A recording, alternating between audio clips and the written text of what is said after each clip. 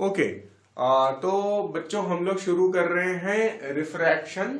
और इसमें इस तरह के क्वेश्चन बहुत आते हैं कि आपको कोई भी प्रिज्म दे दिया जाएगा और प्रिज्म में बोला जाएगा कि इस तरह से बनकर आएगा, थोड़ा सा रे बना दिया जाएगा और बोला जाएगा कंप्लीट द रे डायग्राम। ये वाला केस हम लोग पिछली क्लास में कर चुके हैं। यहाँ पे क्या होगा वो बता देंगे इक्विलेटरल ट्रायंगल है, तो आपको खुद ही समझना होगा कि भाई ये एंगल 60 डिग्री है, ये एंगल 60 डिग्री है और ये भी एंगल 60 डिग्री है। कभी कभी वो एंगल खुद ही मार्क करके दे देगा, तब नहीं बताएगा कि इक्विलेटरल ट्रायंगल है। देखिए ये केस भी एक एग्जाम में आ चुका है और इसका तो मुझे पता है कि ये कब आया है, मैं जरा देख के बता देता हूं। ये क्वेश्चन नंबर 4 ये आया है आईसीएसई 2016 में आया है, ठीक है, 2016 में आया। तो सर कौन चैप्टर? ये वाला, ठीक है, ये आपको इसमें पढ़ाया गया है आपकी सेलिना वाली बुक में। कौन सा चैप्टर है सर? ये चैप्टर है बेटा रिफ्रैक्शन, लाइट पढ़ रहे हैं हम लोग, ठीक है। तो यहाँ पे कंप्लीट द रे डायग्राम करके बोलते हैं। मैं क्वेश्चन की लैंग्वेज आपको दिखा देता हूँ। ऐसे बोलेगा, copy the diagram given below and complete the path of the ray till it emerges out of the prism और the critical angle of the glass is 42 degree. ये भी बहुत अच्छे से बता दिया इन्होंने। In your diagram mark the angles wherever necessary, ठीक है। तो ये वाला हम लोग ने किया था, मैंने कोई एंगल मार्क नहीं किया, तो हम लोग कर चुके हैं, इसलिए ज्यादा उस पर डिस्कशन नहीं कर रहा हूं मैं। बट ये वाला मैं करूंगा तो आपको और ज्यादा समझ में आएगा। अच्छा, कुछ इंपॉर्टेंट बात है जो पिछले लेक्चर से इधर भी काम आएंगी, जैसे कि हम लोग एक टेबल बनाए थे म्यू और थीटा सी की। बच्चे मेरी मदद कर सकते हैं। यहाँ पे म्यू क्या चीज है बच्चों? Refractive index. और थीटा सी क्या है? Critical angle. ठीक है। अब यहाँ पे ज्यादातर हम लोग 3 मटेरियल की बात करते हैं। कौन कौन सा मटेरियल? एक तो हो गया ग्लास, और सारे प्रिज्म जो होंगे वो ग्लास के ही होंगे। फिर एक हो गया, बोलिए, ग्लास के बाद वाटर और उसके बाद डायमंड, ठीक है। अगर आपको याद हुआ है तो बहुत अच्छी बात है। म्यू तो मैंने बहुत अच्छे से याद कराया है, मैं देखना चाहूंगा आपको क्रिटिकल एंगल भी याद है कि नहीं। ग्लास का म्यू क्या होगा? 1.5। ठीक है। वाटर का 1.33 और 4/3। ठीक, वेरी गुड। और डायमंड का 2.41। शाबाश। ग्लास का क्रिटिकल एंगल क्या है? 42 डिग्री सर। हाँ, तो ये 42 डिग्री वाली जो इंफॉर्मेशन है मैं रेड से लिख रहा हूं, क्योंकि प्रिज्म वाले क्वेश्चंस में यही काम आएगा। इनफैक्ट बच्चों, अगर आपको ग्लास प्रिज्म लिख दिया है तो, और ये भी नहीं उन्होंने बोला है कि उसका क्रिटिकल एंगल 42 डिग्री है, तो जैसे ही उन्होंने बोला कि ग्लास प्रिज्म है तो आप अपने आप से ये इंफॉर्मेशन मान लीजिए कि क्रिटिकल एंगल 42 डिग्री लेकर हमें अपना डायग्राम बनाना है, ठीक है। अच्छा, वाटर बोलिए 48 डिग्री। 48 डिग्री। और डायमंड 24 डिग्री। बहुत बढ़िया, ठीक है। मैंने एक ट्रिक भी बताई थी कि 2.4 है, ये 24 है, 24 का डबल 48, 24 का अलट पलट 42 डिग्री। तो इस तरह से आप याद कर सकते हैं, बट कुछ ना कुछ तो याद करना ही पड़ेगा। चलिए, ये आपने अपनी कॉपी में बना लिया होगा जैसा भी आपको सही लगा है। और ये भी इक्विलेटरल ट्रायंगल ही है। और देखिएगा आपकी इसमें कोई फर्क नहीं है, क्योंकि देखिए ये जो ट्रायंगल है ये अपना बहुत सिमेट्रिक है ना। चलो 2016 को हटा दिया मैंने। अच्छा, अब ये देखिए नॉर्मली गया है तो सीधे सीधे चलता चला जाएगा कि नहीं, मतलब it will not show any refraction in this path when a light रे is incident normally on a surface, it passes undeviated. ऐसा पढ़ा है ना हम लोगों ने? अच्छा, अब जैसे ही ये यहां पे पहुंच गई तो हम लोग क्या करेंगे, यहां पे अपना क्या बना रहे हैं, बोलिए भाई, ये कौन सी लाइन है? अच्छा रुको, सर नॉर्मल बनाएंगे। ये ऐसे कर दिया तो अब तो समझ में आ रहा है, ये क्या है, नॉर्मल। नॉर्मल बनाएंगे सर। ठीक है, अब उसके बाद यहां पे बहुत ध्यान देना पड़ेगा बच्चों आपको, ये 60 डिग्री है, वर्टिकली अपोजिट के हिसाब से ये कितना होगा, 90, ये 90 है, ये 60 है, तो ये कितना होगा, 30। हाँ, तो फिर हमारा यहां पर I इज इक्वल टू कितना हो जाएगा, 60 डिग्री। बस, बहुत ही बढ़िया। तो यहां पर मैं लिखे दे रहा हूं I, और I is equal to 60 degree.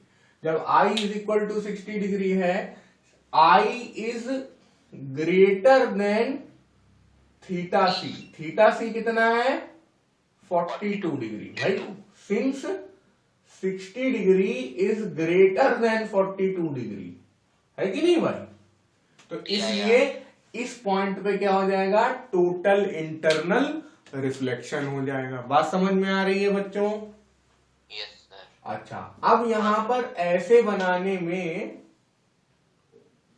फिर से ध्यान देना पड़ेगा, ये नहीं कि सोचो अरे हाँ यहाँ 90 डिग्री आ रहा है, क्या हो रहा है, मतलब बिना सोचे नहीं करना है, एक बार कंफर्म कर लेना तो अच्छा रहेगा। आर ये है, आर भी 60 डिग्री होगा, ठीक है। ये सब आपको कुछ वहां बताने की भी जरूरत नहीं है कि वहां TIR हो रहा है, क्या हो रहा है, जब तक वो पूछे ना, जैसे वो नाम दे दें, क्वेश्चन पे निर्भर करता है। ये नाम दे दिया उन्होंने BC, तो अब हम लोग क्या कहेंगे, what happens at the surface AB, बताओ आंसर।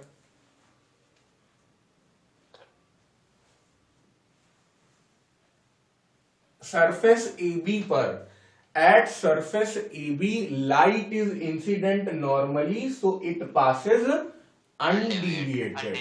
अब दूसरा सवाल, इस तरह से भी ICSE रख सकता है ना कि भाई मतलब सरफेस वाइज पूछ ले, कहां कहां क्या क्या हो रहा है। What happens at surface BC, at surface BC light is incident at surface BC, अरे रुक जाओ, at surface BC light is incident at 60 degree. 60 degree is greater than critical angle 42 degree. So, the at surface BC total internal reflection occurs. समझ गए?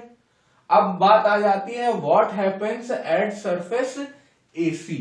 तो थोड़ा सा हम लोग ध्यान देंगे, ये एंगल कितना है बच्चों, ये 30 डिग्री था, ये 60 डिग्री है, ये 60 डिग्री है, तो ये कितना होगा, 30 डिग्री हो जाएगा। वो फिर से 30 डिग्री हो जाएगा भाई। 30, 60, 60, 60, 60, 120, 120 और 30, 150, 150, तो ये बचेगा कितना, 30 ही बचेगा 180 बनाने। तो ये 30, ये 60, तो ये एंगल 90। बहुत बढ़िया। ये एंगल जब कंफर्म हो गया कि 90 डिग्री है, तो हम लोग इसको अपना सीधे बाहर निकाल लेंगे।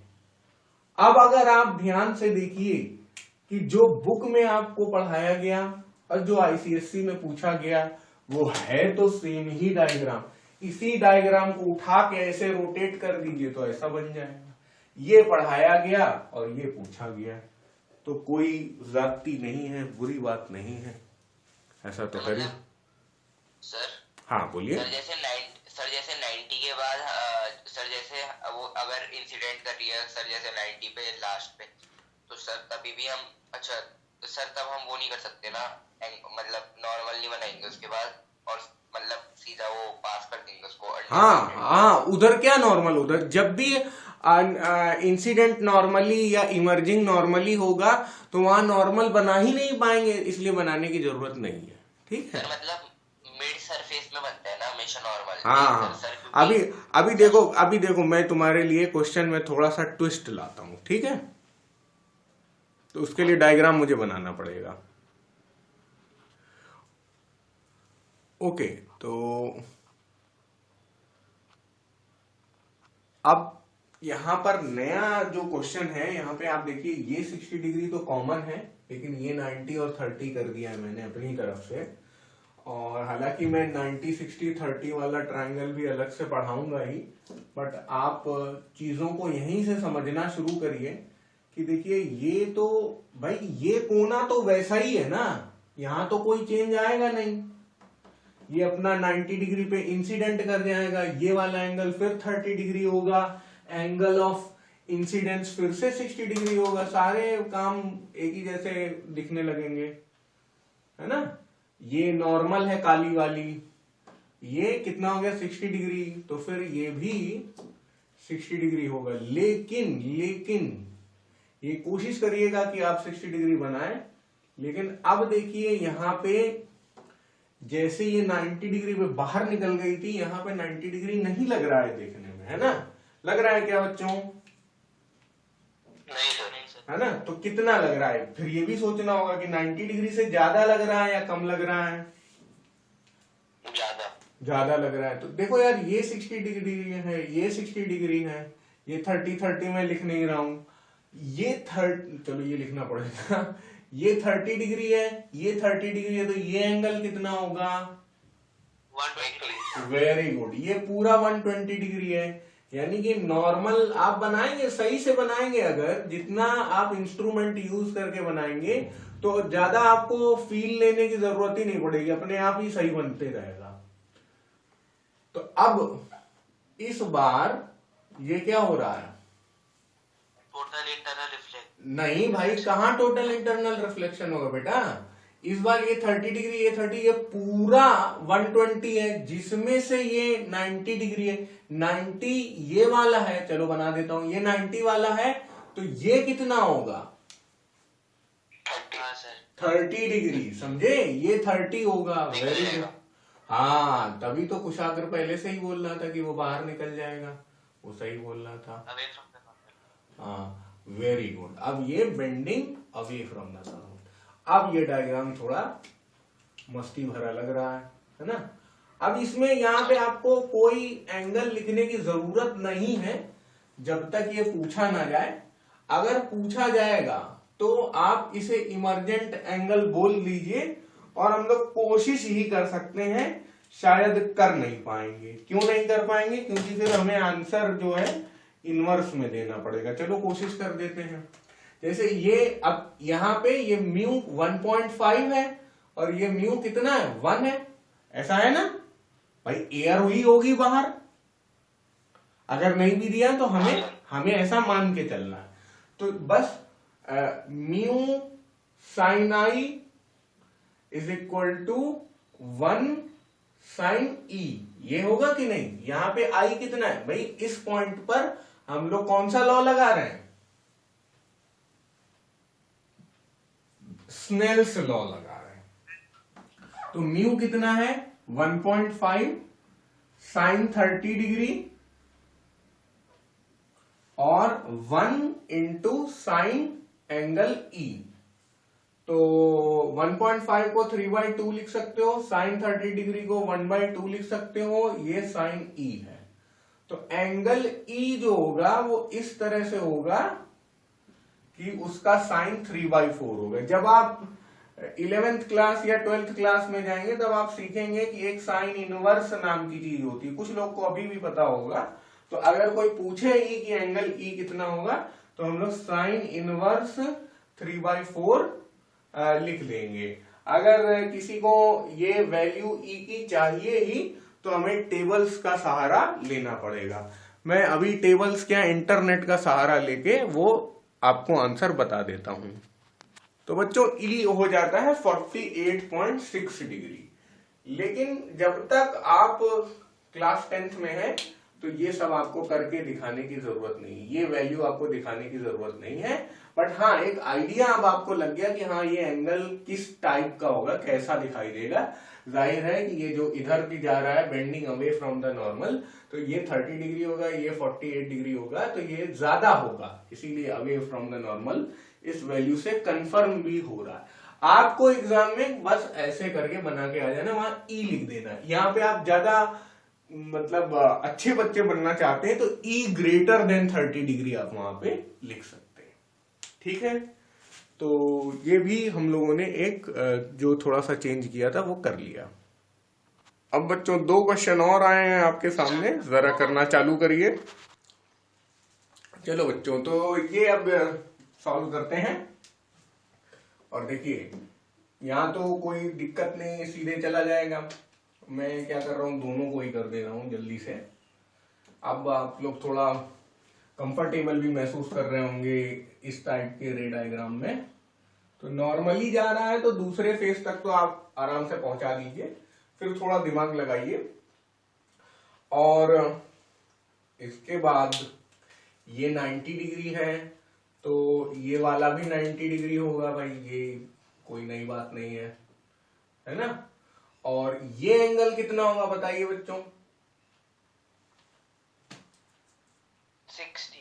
2 तरीके से कंफर्म कर सकते हैं, ये 60 है तो ये 60 है करस्पॉन्डिंग एंगल, या फिर ये 90 है ये 30 है तो ये 60 है। हाँ, चाहे जैसे कर लीजिए। अब लेकिन ध्यान रखिएगा यहाँ पर हम लोग देखो, ऐसा बच्चे गलती कर सकते हैं कैसा कि ये 60 डिग्री है और 60 डिग्री क्रिटिकल एंगल से ज्यादा है, तो चलो भैया टोटल इंटरनल रिफ्लेक्शन, और गलत हो जाएगा। कैसे? ये 60 डिग्री है लेकिन भाई ये 60 डिग्री एंगल ऑफ इंसिडेंस नहीं है, फिर क्या है?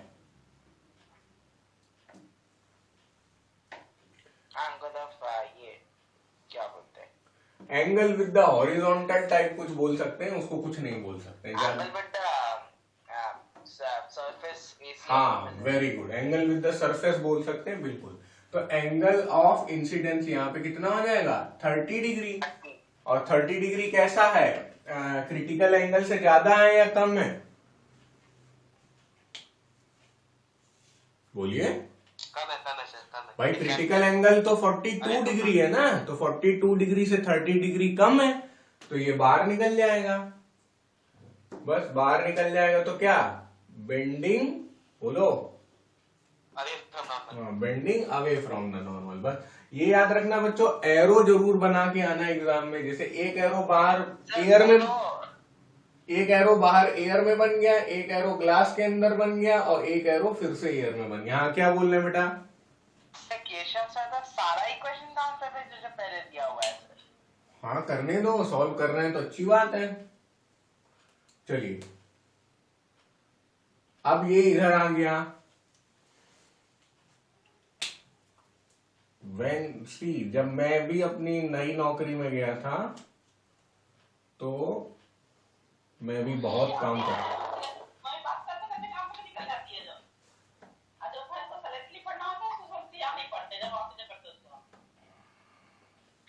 ओके।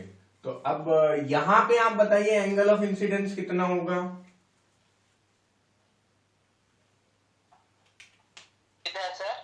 ये देखिए, ये 90 डिग्री हुआ तो ये भी 90 डिग्री होगा है, और ये कितना होगा? 60। तो ये कितना होगा? 30 डिग्री। तो आई इज इक्वल टू 30 डिग्री। ये आई है अगर, है तो इसको भी डबल कर लेते हैं। बस अब 30 डिग्री है तो कैसा है? क्रिटिकल एंगल से कम है कि ज्यादा है? कम है सर। तो बस काम अपना ऐसा हो गया। बेंडिंग, बोलो भाई। Away from normal. हाँ, ये हो गया। बस तो दोनों ही एक जैसे लगभग दिखने लगे। तो इस तरह के क्वेश्चन भी आपको खूब आएंगे एग्जाम में। अब एक गोल गोल टाइप डायग्राम आपको दिख रहा होगा किनारे। A ray of light enters a glass slab PQRS as shown in the figure. The critical angle of glass is 42 degree. 42 degree पे ही यहाँ पर इस PQ से बना रहा है ये। Copy the diagram and complete the path of the ray till it emerges from the glass slab. may mark the angles in the diagram wherever necessary। और ICSE 2010 में आया। बढ़िया सवाल है, आप देखिएगा कि आप कंप्लीट कर पा रहे हैं या नहीं। ठीक है,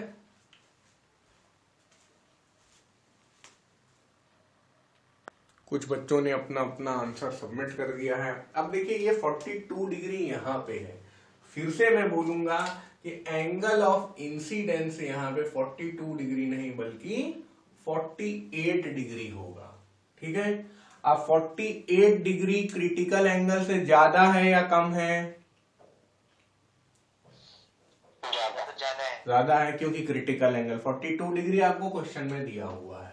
ठीक है ना, मतलब कंप्लीट द रे डायग्राम लिखा हो और ग्लास लिखा है तो आपको अपने आप 42 डिग्री मान लेना है, ये बता चुका हूं मैं। तो अब यहां पर ज्यादा है तो क्या होगा? हाँ, टोटल इंटरनल रिफ्लेक्शन है ना ये। तो फिर अब यहां पे हमें ध्यान देना होगा। बनेगा।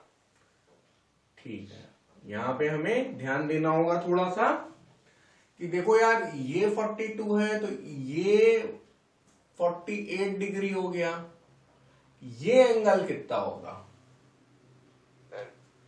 सर ये 48 माइनस 9, ये 42 ये फिर से 42 डिग्री हो जाएगा। ये अब इस ट्रायंगल में आओ, देखो इस ट्रायंगल में ये 42, ये 90, तो ये कितना हुआ? 48 ये 48 डिग्री हुआ, ये 48 डिग्री है तो ये कितना हुआ? 42। हाँ, तो हम तो इसी में इंटरेस्टेड है ना भाई, हम तो अपने इस वाले में इंटरेस्टेड है। तो ये 42 डिग्री क्या है? क्रिटिकल एंगल से कम है कि ज्यादा है? बराबर है। हाँ बराबर है, सही बात। ठीक है, तो ये ऐसे गई ऐसे गई। अब बराबर है तो क्या करेगी? ग्रीजिंग। अरे वाह, बस बस यही सुनना चाहता था मैं। Grazing emergency. बस लो, इसने तो सरफेस को एकदम हाँ लेट कर निकलेगी, सरफेस पर लेट कर निकलेगी, है ना।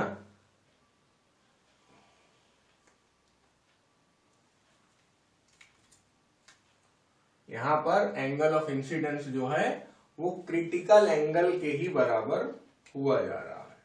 तो इसलिए ये जो TIR की बाउंड्री कंडीशन पे पहुंच गई है एक तरीके से। मतलब अब इस समय ये जो हो रहा है यहाँ पे ना TIR हो रहा है और ना ही रिफ्रैक्शन हो रहा है, या इसको आप रिफ्रैक्शन फिर भी बोल सकते हैं। This is extreme refraction. नहीं, रिफ्रैक्शन तो हो रहा है भाई, देखो bending away from the normal है ना। और यहाँ इस वाले डायग्राम में अगर आपने ये 90 डिग्री नहीं बनाया तो आपके नंबर कट जाएंगे, ध्यान दीजिएगा। ठीक है, और अगर आपने नॉर्मल को डॉटेड नहीं किया तो आपके नंबर कट जाएंगे, और नहीं कटते हैं तो काट देने चाहिए। ठीक है भाई, तो ये भी डायग्राम हम लोगों ने कंप्लीट कर लिया। अभी तक जो बच्चों हम लोगों ने पढ़ा, अब उसके एक तरीके से यूजेस हैं। इसको आप मतलब यहाँ पे आपको नाम से भी दिया जा सकता है, या आपको ये बोला जा सकता है कि draw 2 uses of prism in which refraction and total internal reflection are happening, इस तरह का। तो मैं पूरा उसका ये डायग्राम कंप्लीट करके बता देता हूं। और आप तो अब इतना प्रैक्टिस करने के बाद आपको भी समझ में आ रहा है। यहां पर कंप्लीट द रे डायग्राम टाइप की चीज नहीं है। यहां पे जैसे मान लीजिए ये इमेज थी, ठीक है, तो अब क्या होगा बच्चों, ये ऐसे चला जाएगा और ये ऐसे चला जाएगा। ठीक है ना, इन पॉइंट पे क्या हो रहा है बोलिए?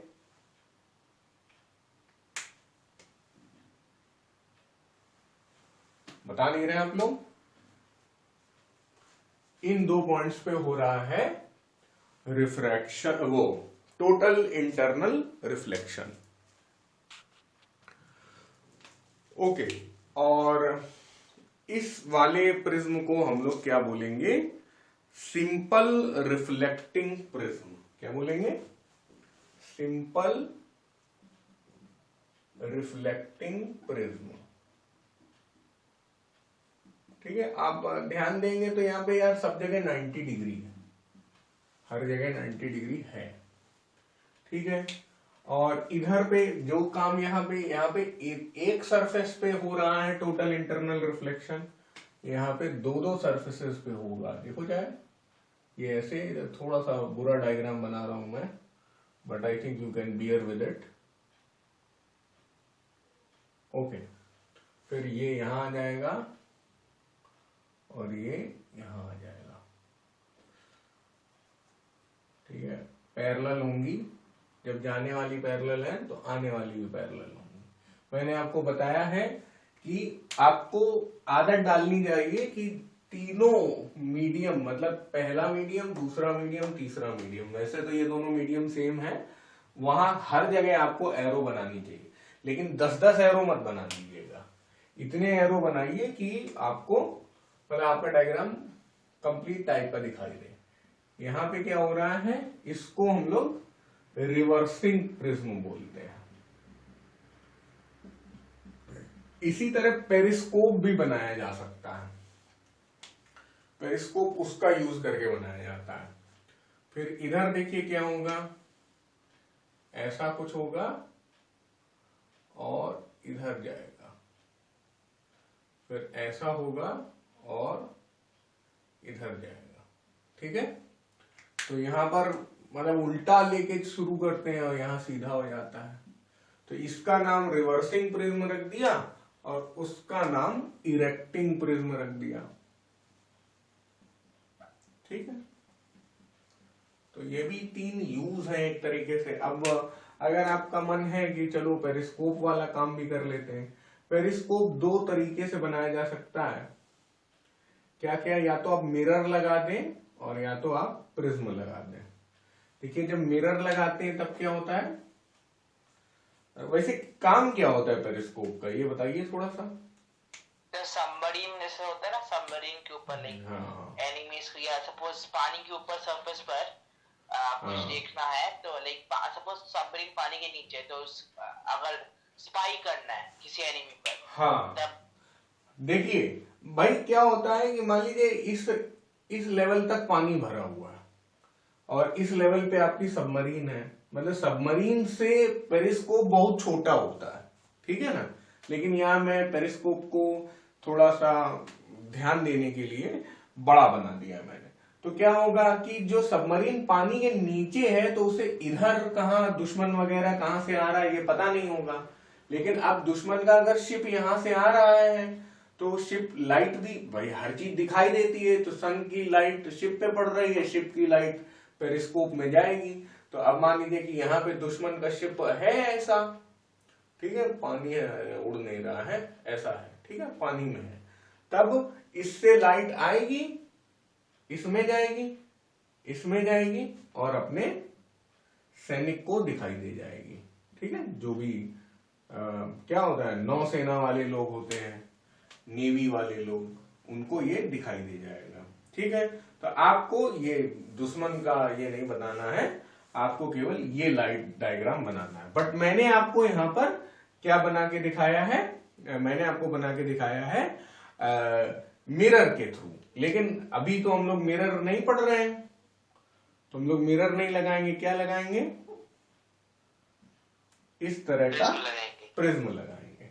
तो इस तरह का प्रिज्म लगाएंगे तो ध्यान दीजिएगा वो इस तरह जा रहा है ना, अरे ये लाइट रे जो है ये यहां इस पॉइंट से टोटल इंटरनल रिफ्लेक्शन दिखा रहे, ठीक है। फिर यहां पे आएगा तब फिर से यहां टोटल इंटरनल रिफ्लेक्शन दिखाना है, तो ऐसे आएगी। तो आपका प्रिज्म जो है, प्रिज्म पोजीशन ये हो जाएगी।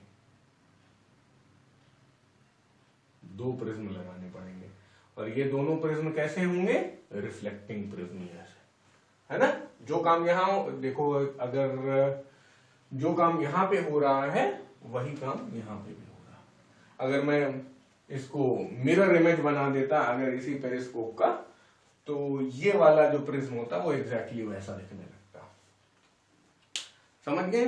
तो ये जो पेरिस्कोप है, पेरिस्कोप का भी क्या काम होता है, सबमरीन में ओवर वाटर सरफेस व्यूइंग के लिए काम आता है। तो पेरिस्कोप दो तरीके से बनाया जा सकता है, मिरर के साथ या फिर रिफ्लेक्टिंग प्रिज्म के साथ, 45 डिग्री रिफ्लेक्टिंग प्रिज्म के साथ। ओके बच्चों, अब हम लोग शुरू करते हैं ऑप्टिकल फाइबर। ठीक है, तो देखिए ऑप्टिकल फाइबर आप इस टाइप की चीज होती है, पाइप जैसा होता है, और पाइप जैसा इस तरह होता है कि इसके दो लेयर भी हो सकती है ऐसा। ठीक है, तो इसमें ये भी अपने आप में एक डेंसर मीडियम होता है। तो लाइट रे एक बार इसमें एंटर अगर कर गई, तो एंटर करके देखो यार, अब रेयरर से डेंसर में जा रही है तो क्या होगी, टुवर्ड्स द नॉर्मल होगी या away from the normal? Towards the normal. ठीक है ना, तो टुवर्ड्स द नॉर्मल होगी, तो ये ऐसे अंदर घुस जाएगी एक तरीके से इसके। अब ये वाला जो मटेरियल होता है इससे काफी डेंस होता है, तो क्या होता है यहां पे ये TIR कर जाती है। फिर उसके बाद ये वाला, फिर ये और ये तो मटेरियल एक ही है ना यार, एक मतलब दो ट्यूब है, इसको अगर सामने से देखें तो ये ऐसे होंगी इस टाइप। तो ये भी एक ट्रांसपेरेंट मटेरियल है और ये भी एक ट्रांसपेरेंट मटेरियल है, लेकिन ये वाला डेंस है और ये वाला रेयर है, इस तरह बनाया जाता। हाँ बोलिए। एक क्वेश्चन पूछो सर, मतलब कि नॉर्मल है, अगर पूछेगा refractive index of an opaque medium, तो हम लोग इंफिनिटी लिख देंगे ना, क्योंकि ओपेक मीडियम में लाइट का स्पीड 0 होगा, तो c/0 तो इंफिनिटी हो जाएगा ना। हाँ, ओपेक मीडियम में हम लोग आई थिंक 0 वो मतलब आपका रिफ्रैक्टिव इंडेक्स इंफिनिटी होगा, और अगर क्या चीज, स्पीड 0 रिफ्रैक्टिव, हाँ स्पीड 0 होगा, एग्जैक्टली स्पीड 0 होगा, बिल्कुल बिल्कुल। ठीक है, अच्छा तो अब यहां पर ये इसके अंदर चला गया, तो इस तरह से अब ये ट्यूब आप कितनी भी लंबी बना सकते हैं, तो लाइट अपनी अंदर अंदर चली जाती है। तो इस तरह के पाइप को हम लोग बोलते हैं ऑप्टिकल फाइबर। और बच्चों ये ऑप्टिकल फाइबर मैंने बहुत मोटा बनाया है, ये बहुत पतला होता है। हो सकता है आपने देखा हो कुछ लोगों के ड्राइंग रूम में एक ऐसा फ्लावर पॉट टाइप का रखा रहता है, उससे ऐसे ऐसे, ये बाजार में भी बिकता है, यहाँ पे कानपुर में तो बहुत बिकता है, ऐसे रहता है, और उसमें यहाँ पे मोटर लगी रहती है, तो ये गोल गोल घूमता भी है, और इसमें रंगीन लाइटें लगी रहती हैं, तो इधर लाइट इसके बिल्कुल एंड में दिखाई देता है। तो ये भी ऑप्टिकल फाइबर है। ये तो किस लिए हो गया, एक तरीके से डेकोरेशन में काम आ रहा है, लेकिन इसका मेन यूज होता है कहां पर, एंडोस्कोपी में यूज होता है। अब एंडोस्कोपी क्या होती है, जैसे मान लीजिए कि पेट के अंदर कोई खराबी है, मतलब कोई दिक्कत है किसी पेशेंट को, तो एंडोस्कोपी में एक ट्यूब मुंह से डाली जाती है। वो ट्यूब अपने आप में एक ऑप्टिकल फाइबर होती है, तो वो ट्यूब अंदर जाती चली जाती है, और पेट के अंदर या आपका जो ओइसोफेगस है उसके अंदर कोई भी प्रॉब्लम होगी, तो वो उसका फोटो, मतलब यहां से एक तरीके से लाइट जो निकलती जा रही, मान लीजिए आपका पेशेंट का ये गला है, यहाँ पे ऐसा उसका, मैं ही पेशेंट हूं और ये मेरे मुंह के अंदर डाला गया, तो डॉक्टर इस एंड में बैठ जाएगा और यहाँ पे जो भी प्रॉब्लम होगी वो यहां से देख लेगा। वो फिर कैमरे में इमेजिंग हो जाएगी और अपना वो कुछ कॉम्प्लेक्स प्रोसेस करके वो उसको कंप्यूटर में भी देख सकते हैं, उसको प्रिंट भी कर सकते हैं। और तो एंडोस्कोपी जो होती है वो यहां से भी होती है और यहां से भी होती है, मतलब एनस से भी होती है और मुंह से भी होती है। तो ये इसका मेडिकल यूज है और ये डेकोरेशन भी इसका एक यूज है। ठीक है, बात समझ में आ रही है बच्चों?